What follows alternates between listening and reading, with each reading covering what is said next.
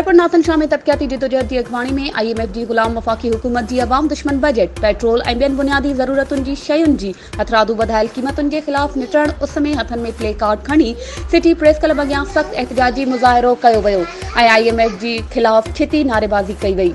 एहतिजाज में शहर जी सियासी समाजी तंज़ीमुनि, पोरियतनि, मज़ाहिमत, अवामी वर्कर्स पार्टी ऐं SUP जे कारकुननि ऐं अॻवाणनि समेत शहरनि वॾे अंग में शिरकत कई। उन मौक़े ते अॻवाणनि चयो त वफ़ाक़ी हुकूमत तरफ़ां पेट्रोल ऐं रोज़मर्रा जी शयुनि जूं क़ीमतूं वधाए ग़रीब आवाम जी चेल चिॿी करे छॾी आहे। दिहाड़ी ते कमाईंदड़ ग़रीब पंहिंजनि बचनि समेत बुख बदहाली वारी ज़िंदगी गुज़ारे रहियो आहे।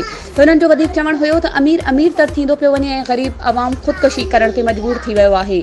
हुननि आला अख़्तियारनि खां मुतालबो कयो त पेट्रोल ऐं ॿियनि शयुनि जूं हथरादू वधायल क़ीमतूं वापसि वठी महांगाई घटाए अवाम खे रिलीफ फ़राहम कयो वञे।